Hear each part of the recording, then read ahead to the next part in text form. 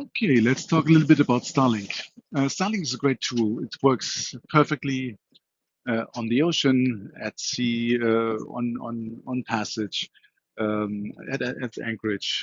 The only thing is it failed us, I think, twice. One was very heavy seas, very rolly, and the other one was in a heavy thunderstorm and heavy rains. So apart from that, it works perfectly. What I would like to talk about is when you go offshore. The travel plan, the data plan that we have covers you worldwide. It gets you the Starlink speed, and it was more than enough.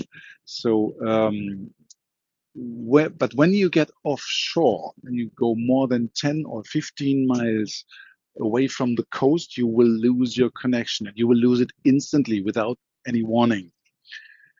So if you're on a long passage, for example, Florida to the Bahamas, anything like that, or just crossing a big bay and you're more than 10, 15 miles offshore, you will lose your connection. And you might be surprised, or you might feel unsafe because you cannot phone anymore, or receive data, call friends, whatever, receive weather.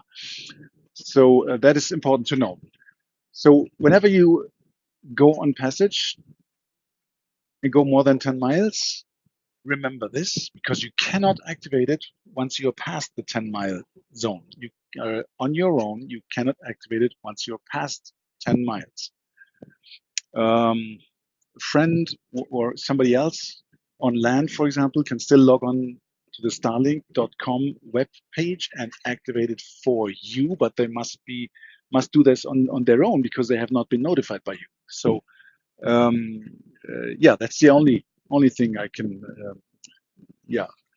tell you, that somebody from a distance maybe thinks with you or keeps a little eye on you, and he sees, okay, they are offshore, they might have lost their connection.